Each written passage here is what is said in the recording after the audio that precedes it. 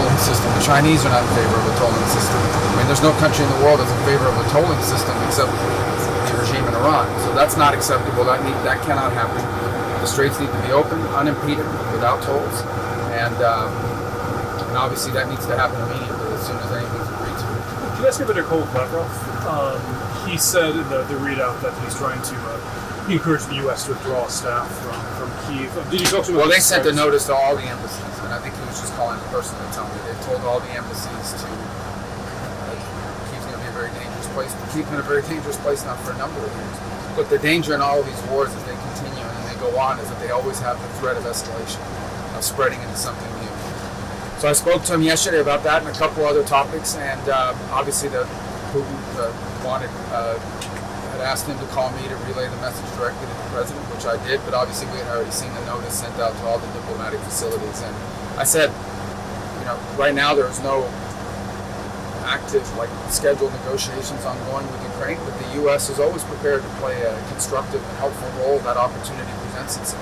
What about these big Russian strikes in Kyiv? It's some of the biggest. Yeah. Well, this is what happens with these wars. I mean, they just continue to escalate. There's a big strike coming one way, a bigger strike coming back, and that's how these things unravel and keep going. And it's why the war needs to come to an end. And look, every time you see these big strikes from one side or the other, it's a reminder of why this is a terrible war that's now gone on longer than the Second World War, and it needs to come to an end. And the U.S. stands ready and prepared to help do whatever we can to help facilitate the end of this war. And hopefully the opportunity will present itself at some point that we can play that role again. Back in Iran, I mean, the talks in Qatar are... No one else's questions? Well, I know you guys don't. Go ahead. The talks in Qatar, the Iranian foreign minister is there. Is the U.S. going to have any sort of representation there? How are you getting the message there? Well, look, I think our position is well stated. The president had a very important, I think, historic call just a couple days ago with a number of leaders from the region. I think there's strong alignment and agreement on what a preliminary draft should look like.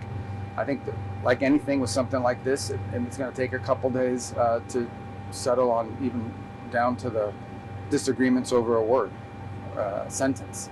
So we'll have to work through that. If there's going to be a deal, we're going to have to work through that.